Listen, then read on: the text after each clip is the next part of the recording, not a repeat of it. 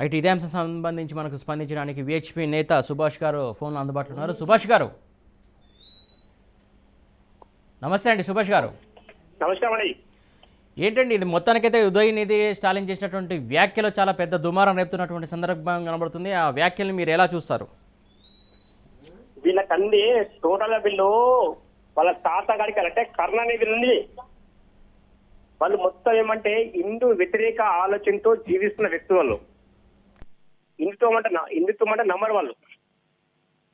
హిందూ వ్యతిరేకంగా జీవించడం లక్ష్యం. తమిళనాడు నాశనం పట్టించారు వీళ్ళు. ఈ రోజు ఎట్లా ఉందంటే ప్రతి వాడికి ఏమంటే హిందువులను తిడితే, హిందూ ధర్మాన్ని తిడితే, హిందూ సంస్కృతి తిడితే, హిందువులు ఏం చేస్తే నేను హీరో కావచ్చు అనే చెప్పక ఒక పనికి మళ్ళీ ఆలోచన ఈ నాయకుల్లో పెరిగిపోయింది. హిందువులను తిట్టినా కానీ ఎవరేం పట్టించుకోరు, ఎవరేం మాట్లాడరు. కాబట్టి హిందువులు కామన్ గా ఊరుకుంటారు. కాబట్టి మేము హీరోలు కావచ్చు, మేము ఏమైనా చేసే ఆలోచన మూర్ఖత్వం ఆలోచనతో ఏమంటే ఇలాంటి మాటలు మాట్లాడుతున్నారు. మన దగ్గర చూడండి, అయినా కావచ్చు, లేకుంటే ప్రకాష్ రాజ్ కావచ్చు, చాలా మంది కావచ్చు. ఎంత దళితుల ఆలోచన అంటే దళితుల ఆలోచనది. కరుణానిధి తర్వాత స్టాలిన్ తర్వాత వాళ్ళ కొడుకు, వాళ్ళు హిందూ వ్యతిరేకులు. వాళ్ళు ఒకరోజు రాజసింగ్ పైన చిన్న విషయానికి మున్నపర్ పైన చిన్న విషయం చేస్తే దేశంలో ఉన్న అందరూ రకరకాల కుక్కలు బాగా మొదలై అనుక్షరం పైన రకరకాలుగా మాట్లాడారు. ధర్నా చేశారు, చంపారు ముస్లింలు.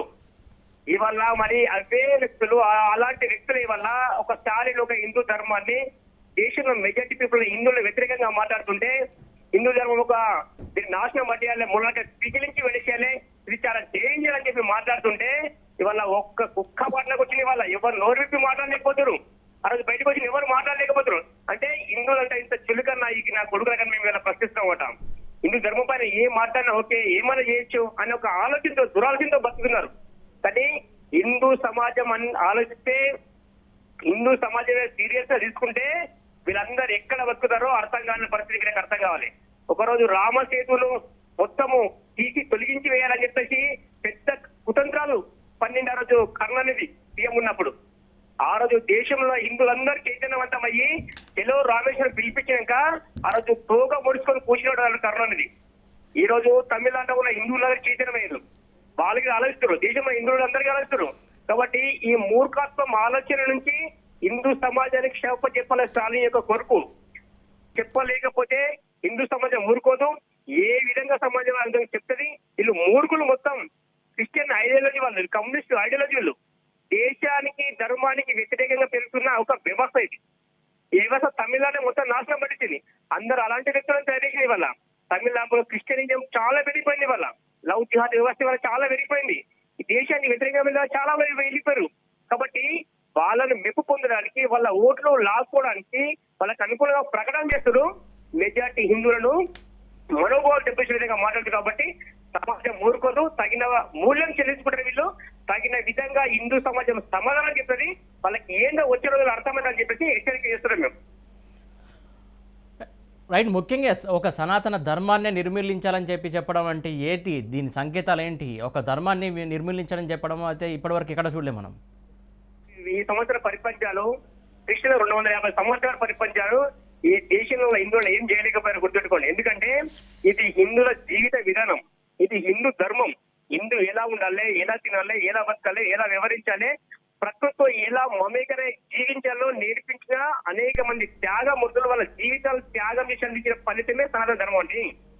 ప్రపంచ దేశాలకే సనాతన ధర్మమే ఒక గురువు. ప్రపంచ దేశాలకే ఇవాళ సనాతన ధర్మం గురించి ఆలోచిస్తున్నారు.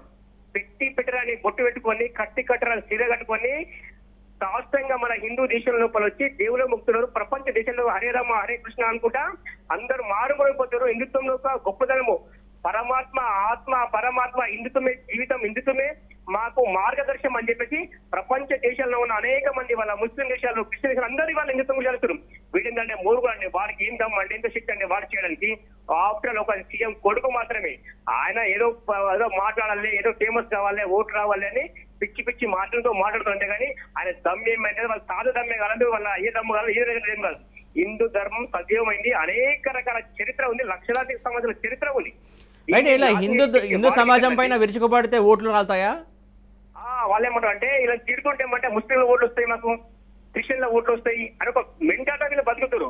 హిందువులు అందరూ ఆలోచిస్తారు అండి. హిందువులే ఆలోచిస్తే ఈ కొడుకుల పరిస్థితి ఏందో వాళ్ళకి అర్థమవుతుంది. హిందూ సమాజంలో ఏమంటే చాలా మంది స్వార్థ పూర్తికంగా కుల పరంగా, ఓట్ల పరంగా, డబ్బు పరంగా బతుకుతారు.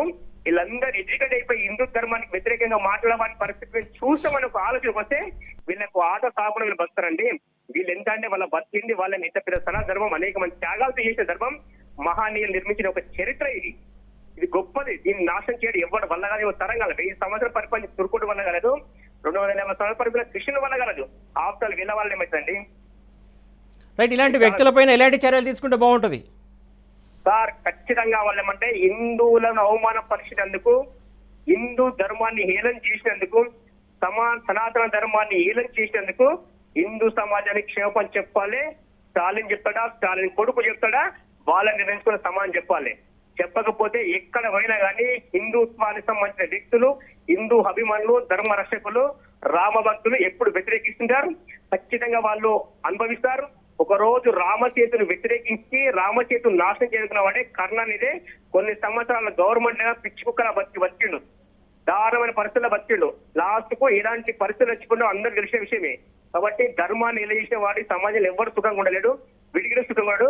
కాబట్టి అంటే వాడు హిందువులను వ్యతిరేకించినందుకు, హిందూ ధర్మాన్ని ఏలం చేసినందుకు హిందూ సమాజానికి క్షేమం చెప్పాలని మేము డిమాండ్ చేస్తున్నాం.